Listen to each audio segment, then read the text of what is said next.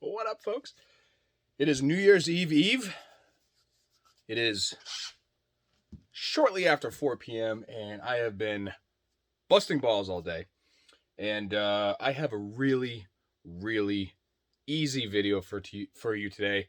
If you can't figure out how to do this, you should do something else.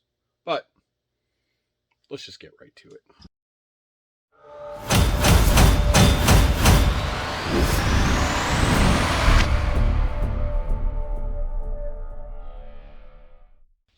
But before I show you this holster, I do want to show you something. You guys know that I work on cars all the time and that I started powder coating. Check this out. These are the components of a steering column for a 1970 Plymouth Cuda. So I have been sandblasting, coating, and get everything all set to put back together. And I am so stoked how it came out. Here's actually a before and after picture of the crush can.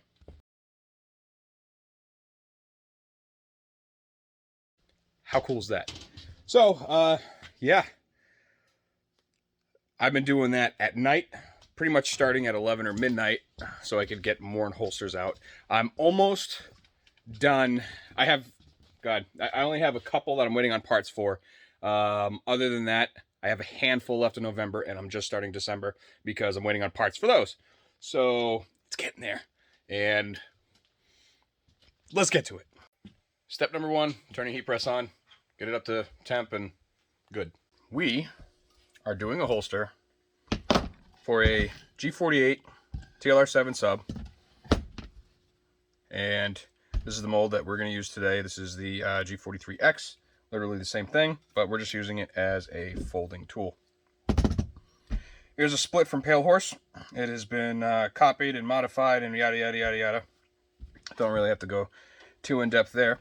We're doing a G-code RTI for obviously the 48 with the TLR7 sub with this guy and this guy. So we need to mark them on there, and this is how we're going to do it. I have laid the firearm over, and you can see I have traced where the outline is. I'm not gonna lie, when I first started doing stuff like this, I was a little nervous because I figured it'd take a couple attempts to get it right, but it's not that hard. Just don't psych yourself out. This right here, you're gonna figure out where you want it. I like to put it so that when you grab it, your thumb is right there. So we're gonna place this right here. So for now, we're gonna need a little piece of blocking right here, just to get that on there. Again, place it where you want it. Verify, square it up, and tape it in place. It's literally that simple.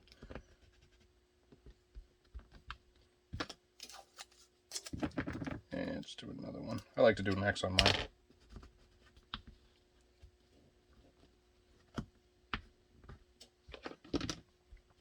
All right, now this is going to be having a RTI plate. So we'll set this here. We know that's where it's going to be. And we're using an RTI 34. This plate that I cut, I literally traced it, cut it, sanded it, and it mimics a 34 and a 33. We know, probably going to stick it down a little bit further so we have room, because it will hit the wheel. But it's going to go right around here. So at this point, let's take this little guy and just tape that where that's going to go. And I like to put these pretty much centered.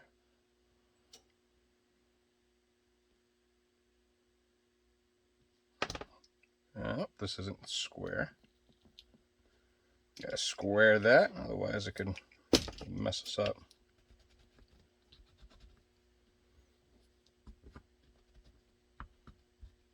Here we go. And you're going to want to go ahead and tape this guy in place.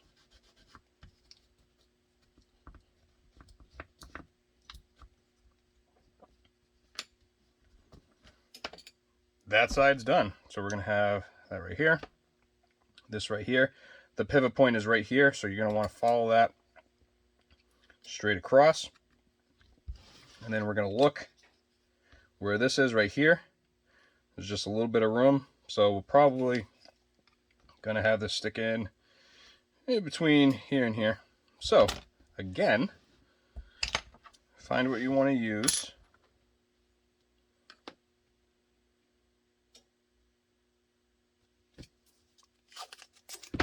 Line it up and tape it. You can also use double-sided tape to put this stuff down. I don't. Honestly, it probably looks cleaner in the long run because you don't see the tape lines. But this is just going to be, it's just going to be black outside the waistband, so I'm not really that worried about it. You can also cut your tape with a very dull razor.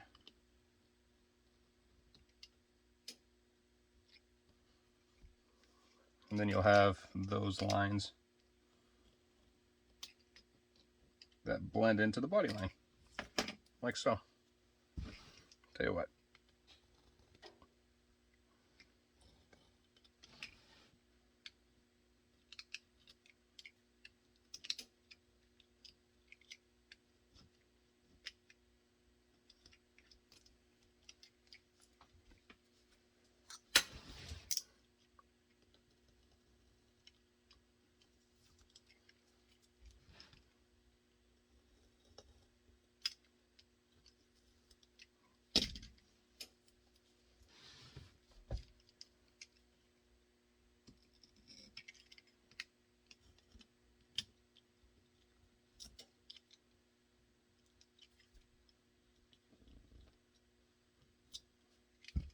Bam.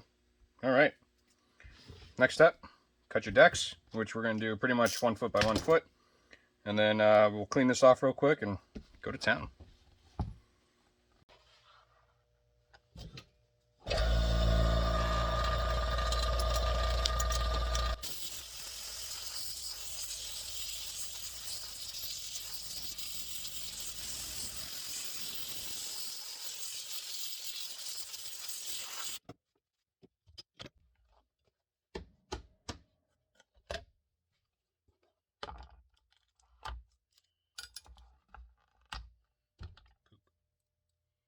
No, it's literally mark your holes and drill them right now.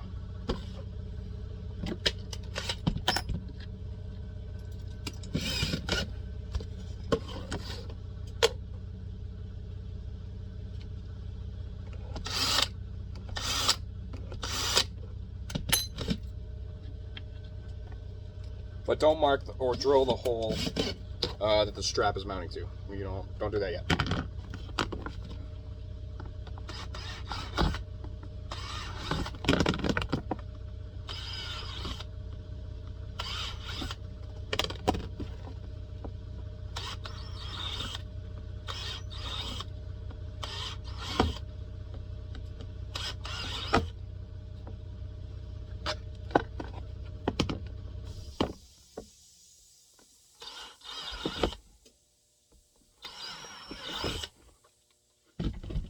Clean your holes.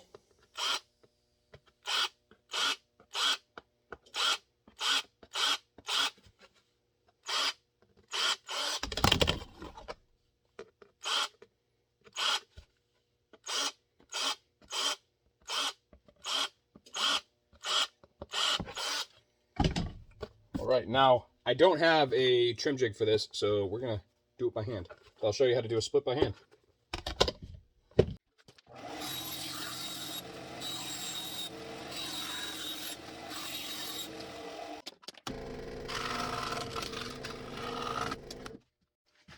Before I go ahead and form it, those are the tape lines that I've been talking about. So anytime you go ahead and do that, whatever tape you put on there will leave an impression. That's why some people use the HVAC tape, the metal tape, the foil tape, because it won't leave that little grid, but it doesn't bother me. And again, if you use double-sided tape, you won't have that period. All right, for those who keep asking, this, what I'm using right now to fold it, is a strip heater, and it can be found on Amazon for 80 bucks. This is the 1 foot version. You can get bigger, but it's not needed. But it is a strip heater. Again. And just an FYI, pretty much things that I use in the videos are actually in the description. So you don't need to ask. Although I laugh, it's kind of sad. Get your drone ready. That's why we cut this out.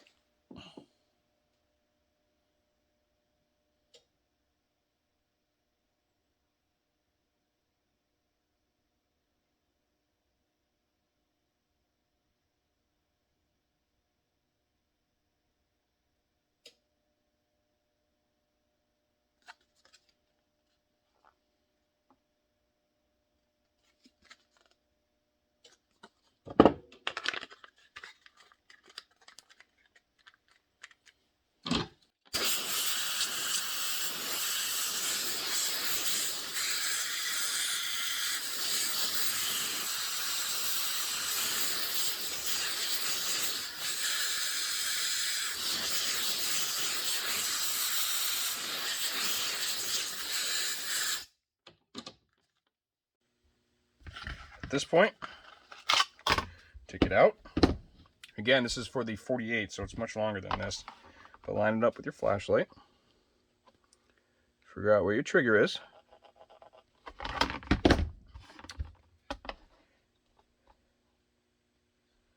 And then figure out where your back plate is.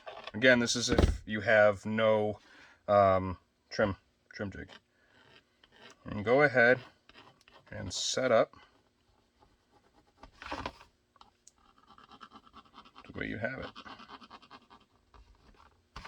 There we go. And we're going to come straight down.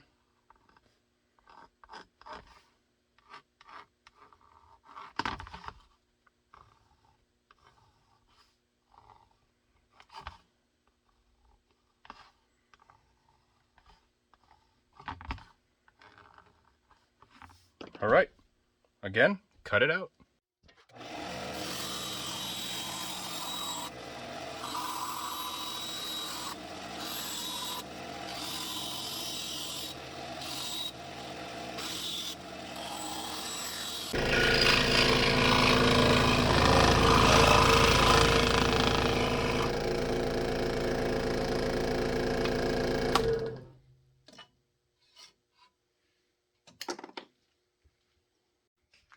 Before I go ahead and sand it and waste a whole bunch of time, gonna check placement of right where we cut, because if we don't leave enough room, you're gonna hit your knuckles on it and then it's just a pain in the butt. So generally, this line right here, follow that down.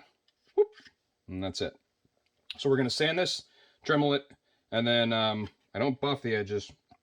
I sand the corners to round them out so they're not sharp. We'll go ahead and take care of that.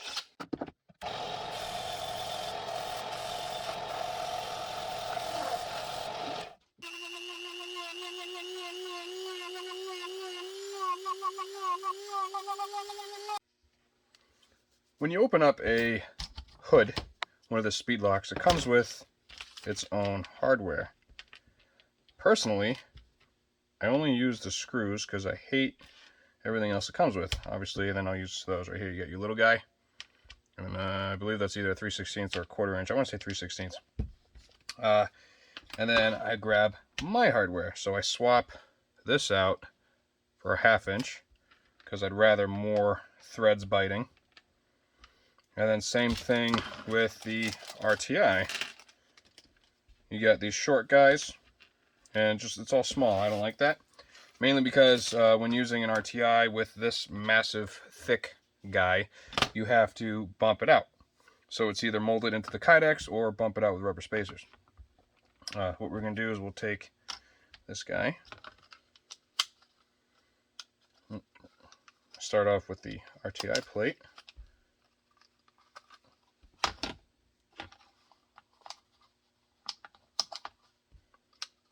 And all this is reinforcements so it doesn't flex so much. And since we're down here, might as well throw this one in.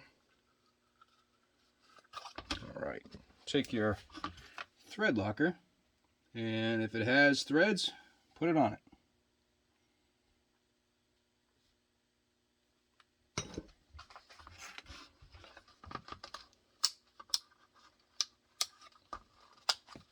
Load up all 3 of these. And if I didn't say it already, these are 1/2-inch Chicago screws. And then load these in, which I believe, oh, those are longer than a 1/2 inch, but as you can see, you get plenty of threads catching. Can't go tight on these, like not at all. I just do enough to snug it, because what happens is, if you go too tight, it'll stop it from doing that, or slow it down severely. And obviously, we don't want that.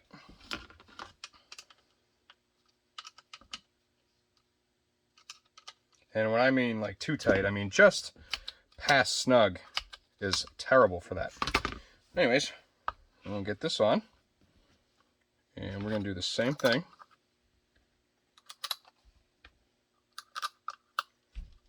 For now, just get them caught.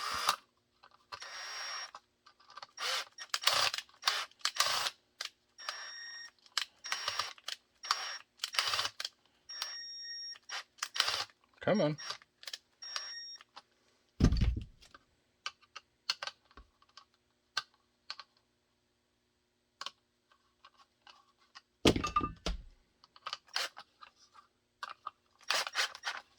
All right, and then get your RTI, or not your, yeah, your G-code, your wheel, and see right there. So if you look at it, it's touching, and that can potentially cause an issue. So you do have to bump it out. But in that case, I can just let it off just a little bit more, but not too much. And that right there should be good. It is, like I said, being Loctited, and that should be all set. Next, let's do the retention, which I forgot that hard. Palehorse molds are all designed around 1/4-inch retention. So we'll go ahead and throw that in here. And I have found, using a 1/4-inch and 1/4-inch with 0.4375 screws, if you pretty much put them flush, it sets a really good retention on it. And that's that so far. With the firearm in, bend this over, find your mounting spot, mark your hole. That's why I say leave that one for last. Clean the outside.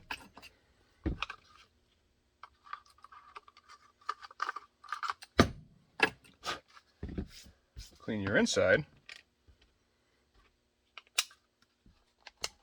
Hold that in place, and then go ahead and get that screw as tight as you can possibly go, because it bottoms out against it.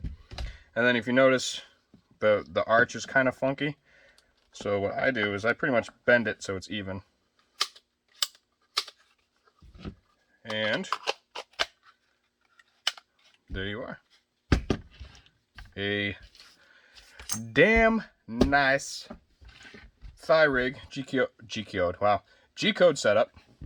I just gotta go ahead and gotta wash it down and then package it. But so bam. And then what's good about this setup is you could push on your thumb while you're releasing. That's, oh, we didn't. There we go. And there we go. So that is a Glock 43X MOS, a Glock 43X, or a Glock 48 or a Glock 48 MOX. But as long as it has a TLR7 sub on it, you are all set. And that'd be all she wrote. It's empty. But that one drop I had was still hot. Anyways, thank you again for watching this video. I appreciate every single one of you, except if you do a thumbs down, then I hope you step on a Lego. But the reason why I decided to do these videos is to give out the knowledge that I have learned over the past 7 years. And, well, I like to see other people successful. I can't make every single holster in the world, so why not spread the wealth? So, for everybody watching, for all of the die-hard FalTac fans, I appreciate every single one of you. Have a very happy and safe new year. And 2022, you know what? You're going to be very prosperous. You're going to get everything down, and you're going to do everything you need to do. And stay healthy, stay happy, and make some money.